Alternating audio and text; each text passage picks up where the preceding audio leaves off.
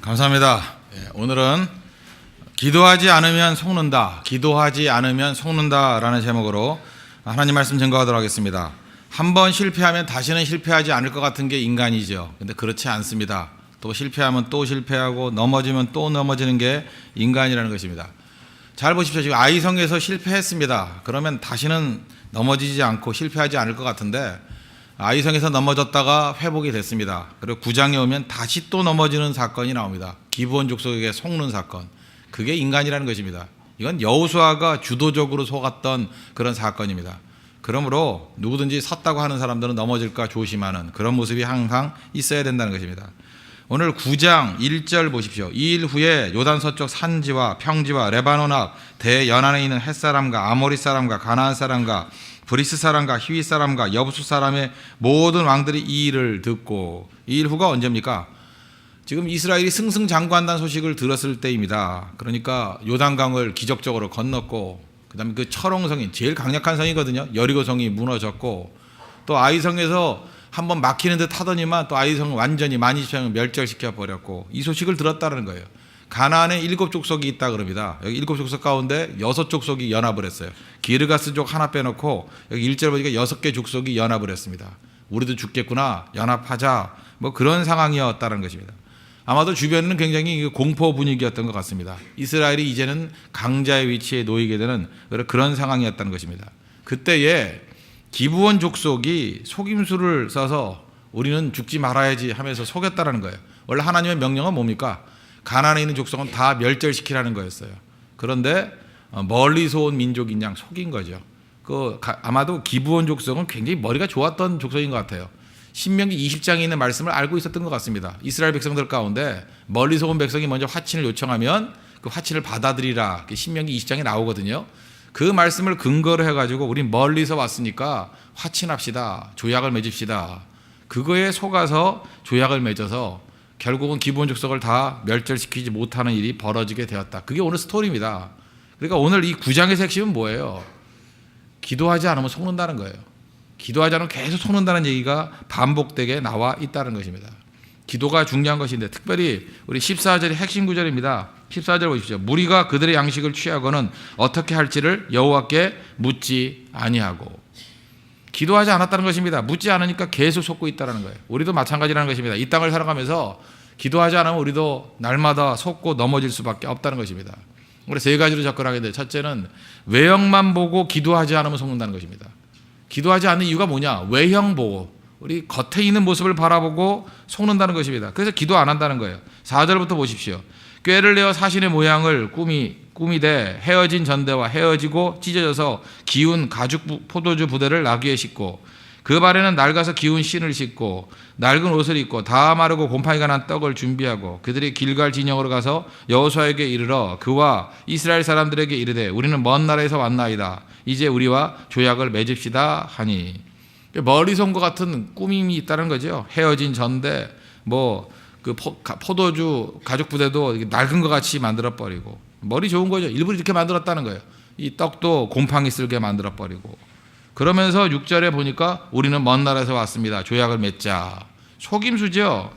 그런데 여기에 이스라엘 백성들이 속았다는 것입니다. 왜 그래요? 마음을 부추겼거든요. 낌새가 좀 이상했어요. 그래서 니네 근처에 있는 것 같은데 왜 그러느냐. 우리 잊지 마십시오. 언제나 속을 때는 낌새가 있거든요.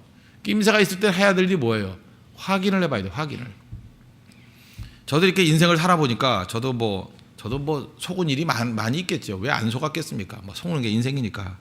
그런데 인생을 이렇게 다시 한번 복기해 보면, 이게 어떤 걸 끝나고 난 다음에 한 번씩 이렇게 복기해 봐야 될 거 아닙니까? 내가 그때 잘했던 결정이 뭔가, 잘못했던 결정이 뭔가. 물론 내가 잘한 일도 있고 못한 일도 있지만 지나놓고 보면 이렇게 한번 복기를 해봐야 돼요. 그때 내가 이렇게만 했으면 더 잘했을 건데 하는 그런 것들이 있잖아요. 그런데 꼭 보면은 그 악한 자들이 주변에 속이는 자들이 있었어요. 분명히. 근데 낌새가 분명히 있었거든요. 있었는데 그거를 무시하는 거예요.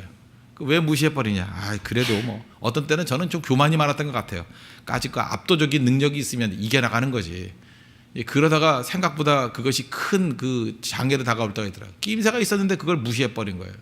또 하나는 너무 친분 관계가 강해가지고 그죠? 설마 그 사람이 그럴까? 이런 마음도 있었고요. 또 주변에서 그게 아니다 하는 소리를 굉장히 많이 했거든요. 많이 했음에도 불구하고 저거는 시기 질투심 때문에 저런 소리 하는 거야. 뭐 이런 식의 생각으로 이렇게 판단에 미스가 있었던 거예요. 그런데 그때 그게 뭐 맞을 수도 있는 거죠. 한번 가서 확인해 보면 되는 거거든요. 확인하면 되는 건데 그 게으름 때문에 어떤 때는 뭐 귀찮음 때문인지 모르지만 확인 안 했거든요. 확인 안 하니까 무너지게 되더라는 것입니다.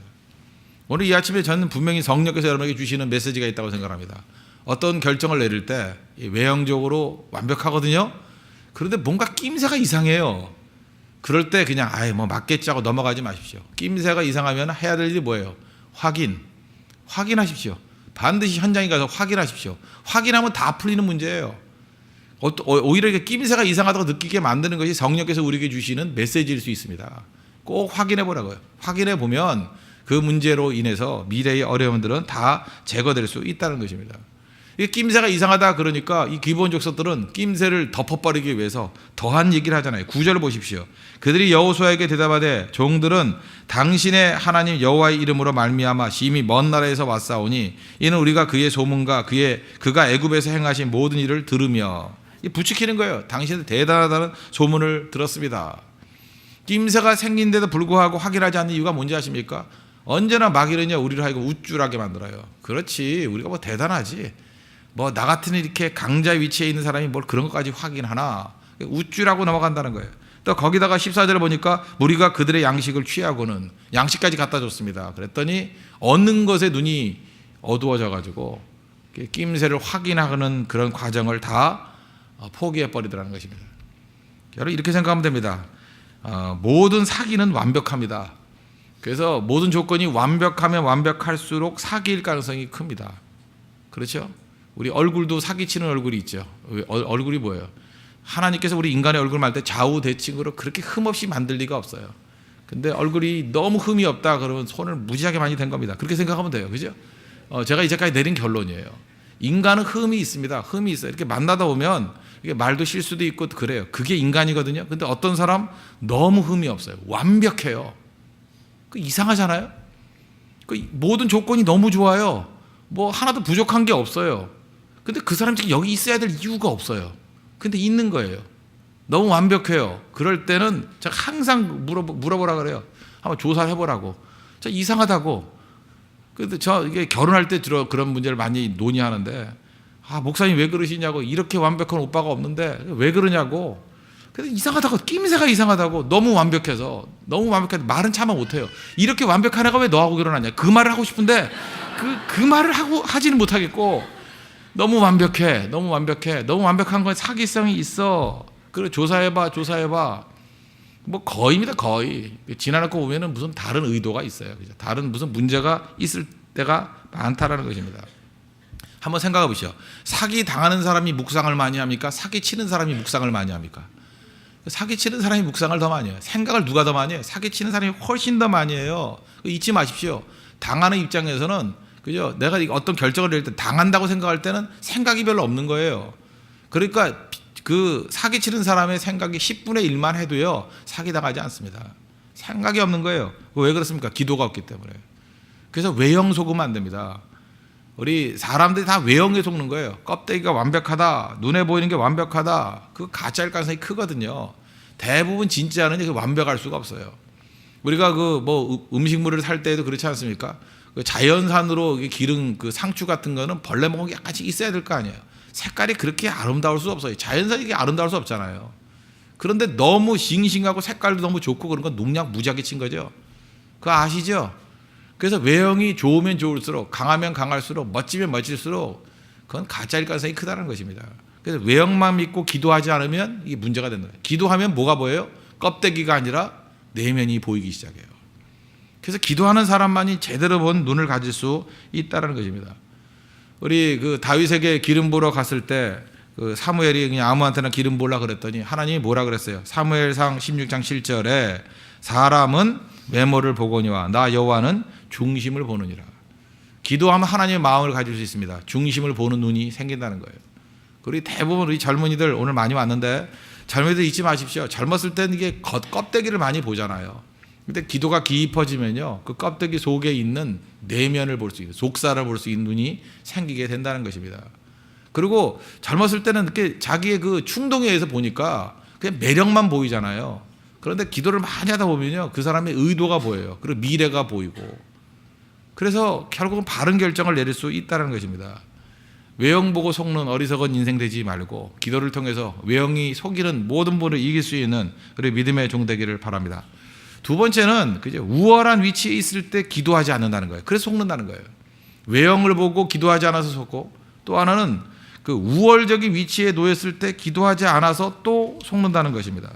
즉 이스라엘 백성들이 옛날에는, 이거 요즘식으로 표현하면 갑과 을이죠. 을일 때는 기도 많이 해요. 하나님, 내가 이 납품을 해야 되는데 이 납품 잘 되게 해주세요. 내가 취업해야 되는데 취업 잘 되게 해주세요. 이럴 땐 기도 무지무지하게 많이 한다고요. 그런데 내가 갑이 되었어요. 내가 사람을 써야 되고 내가 물건을 사야 되고 내가 결정을 내려야 될 때 그때 기도 안 해요. 그래서 속는다고요. 예수님이 왜 위대한지 아십니까? 제자들 뽑을 때 뭐 요즘식으로 표현하면 갑이잖아요. 갑. 예수님 뽑는 거 아니에요? 예수님이 갑의 위치에서 뽑을 때 기도하시잖아요. 저는 사업을 하는 사람들 가운데 이런 사람이 참 멋지다고 생각을 합니다. 목사님 기도해 주세요. 직원들 뽑아야 되는데 기도해 주세요. 좋은 직원 뽑히게 해 주세요. 이게 진짜 믿음이에요. 갑의 위치니까 아무나 뽑아서 내 능력으로 뽑겠다. 이건 무너지는 거거든요. 그런데 기도하면서 뽑겠다는 건 뭐예요? 내 판단이 옳지 않다는 거죠. 하나님, 내가 사람을 뽑을 때조차도 나와 함께 해 주십시오. 지혜를 주십시오. 그게 진짜 겸손함이에요. 그럴 사람은 승승장구합니다. 근데 취업할 때는 기도 많이 한다 그러놓고 자기가 어떤 의사결정을 내릴 때는 기도 안 해요. 자기 판단대로 멋대로 한다고. 그것 때문에 얼마나 큰 어려움 당하는지 아십니까? 사람 하나 잘못 뽑아놓고 난 다음에 자기가 그 쏟아야 될 에너지 낭비가 얼마나 큰지 그건 당해본 사람만 알아요. 그래서 항상 우월한 위치에 놓였을 때 더 많이 기도해야 된다는 것입니다. 이 우월한 위치라는 건 또 다른 건 얘기하는 뭐예요? 큰 문제를 놓고는 기도하지만 작은 문제를 놓고는 기도하지 않는다는 것입니다. 이스라엘 백성들이 여리고성을 놓고 얼마나 기도 많이 했겠어요? 세니까. 그죠? 뭐 엄청나게 기도했겠죠. 아이성 처음에 기도 안 하다가 두 번째 할 때는 기도하죠. 패배했기 때문에. 그래서 언제나 자기가 그냥 약한 위치에 있을 때 기도해요, 사람들이. 그런데 여기 지금 이 여호수아 9장이 우리에게 보여주는 게 뭐예요? 내가 우월한 위치에 놓이는 때가 굉장히 많거든요. 그때 여러분 기도했냐고요? 그때 별 기도가 없어요. 그냥 넘어간다고. 그죠? 별 기도 생활 없이 그냥 평탄하다 그러고 거기서 무너지는 거예요. 거기서 결정적으로 무너지는 겁니다. 거기서 어떻게 자기 생명이 날아가는 경우도 있다라는 것입니다. 그래서 우리가 하나님 앞에 해야 될 일이 뭐예요? 우월한 위치에 놓였을 때도 엎드릴 줄 아는 종이 되게 해 주십시오. 그래서 다윗이 위대한 겁니다. 다윗은 왕인데 기도했잖아요. 우리 뭐 보통 볼 때 뭐 나도 왕 시켜주면 나도 기도할 건데 한번 해보세요. 왕은커녕 이사 정도만 돼도 진짜 기도가 이사가 빠져요. 절대 기도 안 해요. 알아요? 우리 잘 보면요, 그 밑바닥에 있을 때 그렇게 많이 기도하는 사람들이 올라가면 올라갈수록 기도의 자리 다 떠나가 버려요. 오히려 지도자가 되면 기도를 더 많이 해야 될 텐데 기도하지 않잖아요. 여호수아가 그렇잖아요. 여호수아 자기가 우월한 위치에 놓이니까 기도를 잊어버렸어요. 이건 기도를 망각하게 만드는 거라고요. 우리 14절 하반절부터 보세요. 어떻게 할지를 여호와께 묻지 아니하고 15절 여호수아가 곧 그들과 화친하여 그들을 살리라는 조약을 맺고. 누가 이런 일을 했어요? 여호수아가. 그 위대한 여호수아가 우월한 위치에 놓이니까 여호수아조차도 여호와께 묻는 기도 생활 다 잊어버렸다는 거 아니에요. 여호수아도 넘어졌다 이렇게 생각하면 돼요. 여호수아도 넘어졌는데 뭐 우리가 넘어지는 거 어떻게 보면 굉장히 쉬울 수 있다는 것입니다. 그래서 교회가 어려움이 있을 때 기도하는 거 그거는 뭐 인지상정이죠. 그거 다 당연한 일이에요. 근데 교회가 부흥하고 날마다 능력이 부어지고 더 잘 된다 그럴 때, 우리 사실 이번 특별새벽기도 때 뭐 그렇게 크게 광고도 하지 않았는데 굉장히 많이 모이고 하잖아요. 그죠? 그럴 때 우리가 해야 될 일이 뭐예요? 그래서 더 기도하는 거예요. 그래서 금식기도 하잖아요. 우리 지금 뭐 어려워서 금식기도 하는 게 아니잖아요. 오히려 더 부흥을 주시니까 두려워서, 어려워서가 아니라 두려워서 겸손해지려고, 하나님한테 의지하려고.